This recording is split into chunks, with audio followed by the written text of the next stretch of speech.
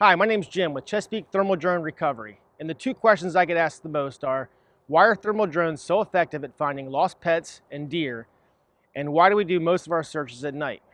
And the answer to both those questions all revolves around the camera on the drone.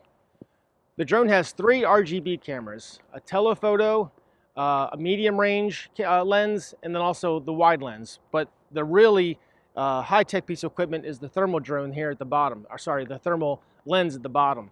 And that can pick up really faint heat signatures from animals. We can pick up things as small as a squirrel, even a small bird. So it's very, very powerful, very high-tech, and able to measure very small differences in heat sources.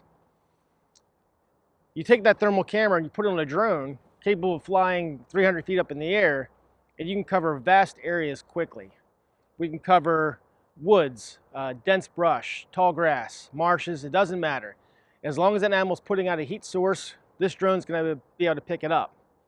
The only thing we can do is cover or find heat signatures under hard objects. So if a cat was under a deck or a dog was inside of a shed, that would block the heat source from the drone and we'd be unable to pick it up. So cats are definitely more difficult than dogs because they like to hide more than dogs do. So the second question is, why do we fly at night? Well, when we fly at nighttime, the temperature of the animal stands out better from the background temperatures of the ground around it. So that's the best conditions. The bigger the difference between the temperature of the animal that you're looking for and the background environment, the more it's going to stand out on the thermal imaging. But we don't necessarily have to fly at night. We can do really well flying on cloudy days, particularly on cool cloudy days. Right now it's about 39, 40 degrees outside and it's overcast. That sun hasn't heated up the ground yet. It's about 9:30 in the morning. So the ground is still pretty cool, and the warm animals that could be in these woods around here should show up on the drone. So I'm going to get the drone up in the air. I'll show you some examples taken right now of how the animals can be seen on the drone, and then also I'll show you what they look like on the RGB camera. But then I'll go back and I'll show you some examples that I've shot the past couple days, different times of the day, at night, and then also during the middle of the day when it was sunny out, and you can see the differences in how the thermal camera can pick up those targets. Right here we're getting some heat signatures. So let's slow down. I can see 1, 2, 3, 4, 5 or so, looks like. We'll get a little closer. And then here's the wide view. Can't really see them in the wide view. We'll go to zoom. This is a 3x zoom, and it looks like right there in the center is a deer. We'll zoom in some more. This is 7x. Here's 14x and 28x. Going to 56. Start seeing degradation, some degradation in the camera as we do a digital zoom now, but yes, we can clearly see that's a shed buck.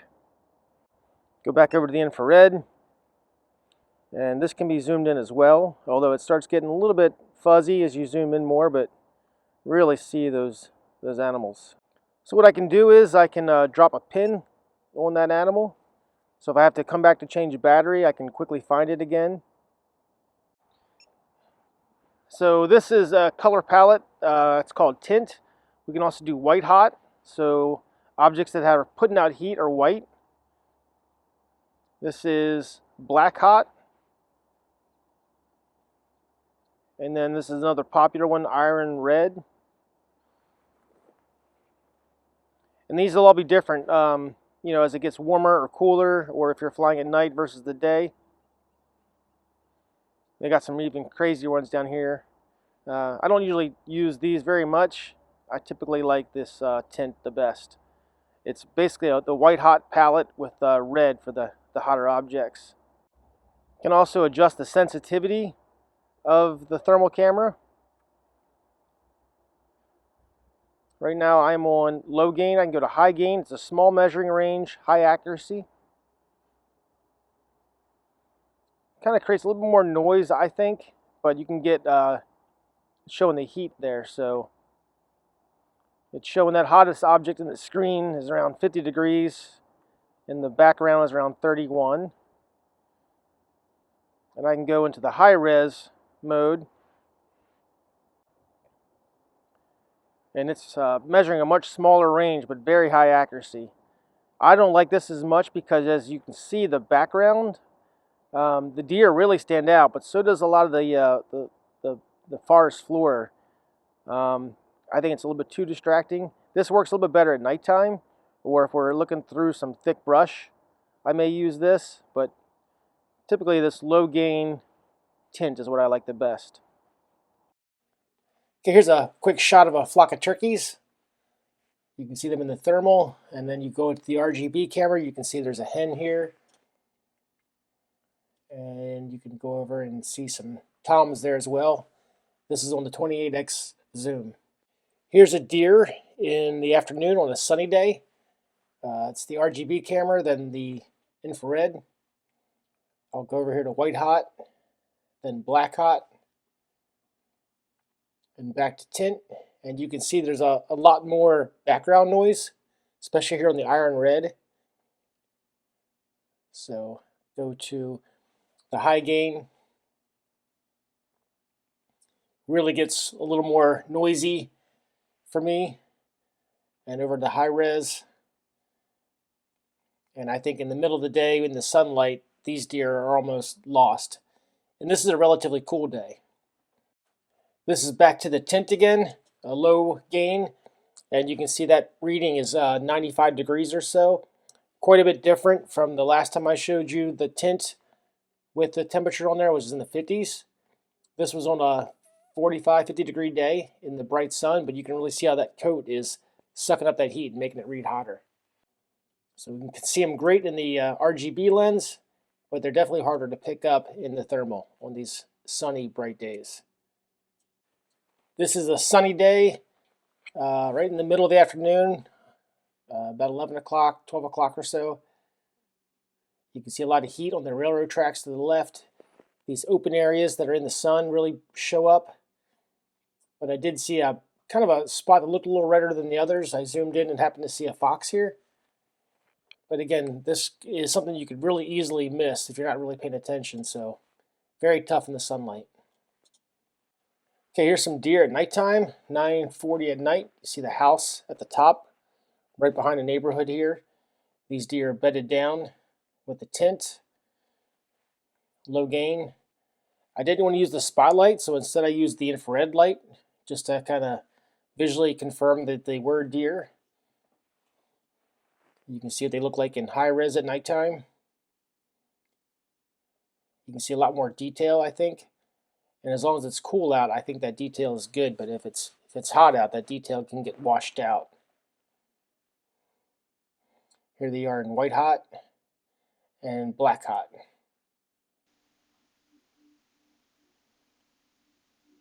And black hot high gain. Just zoom in a little bit with the infrared to 4x and go back to the tint. You can see they're reading 50 degrees on their coats. This is a buck out in the marsh, daytime. This is at 12:50 in the afternoon, bright sunny day. You can see he does show up on thermals, but he could easily be missed with all the background noise. Those open spots where the sun's sitting can really make them look red. Just kind of got lucky to find this one. You can see it in black hot and white hot and also in iron red. I had seen this deer before, so I knew it was in the area. I just wanted to kind of go check it out. But here you see the high res in the tint, and you really can't tell what's a deer and what's not. So I really only use that one at nighttime. This is that very same deer at nighttime. A lot less background noise. This is the wide angle with the spotlight on it. And then this is zoomed in with the spotlight on it. This is at 9:40 at night. And now we're in the woods.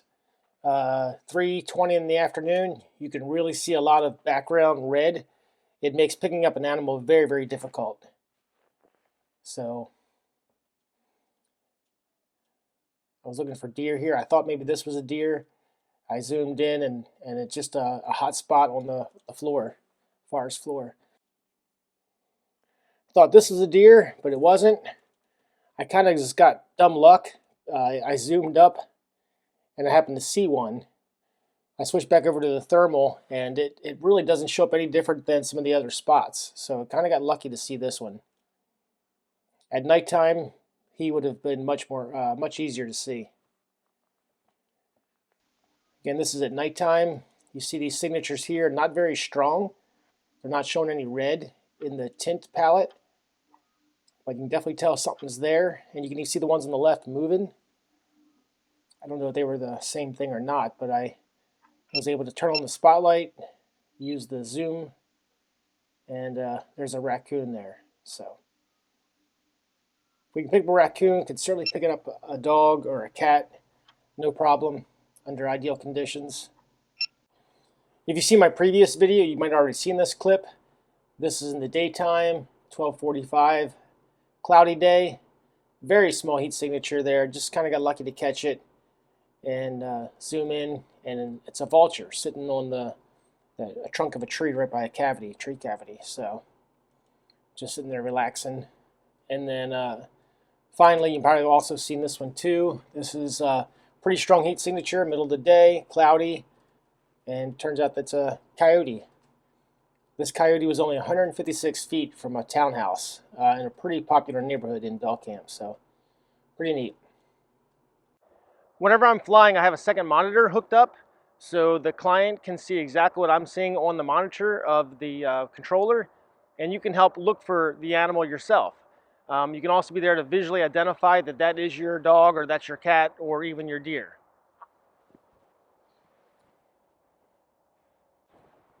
So I hope you enjoyed this video, basically showing some of the benefits of thermal drones and how they work.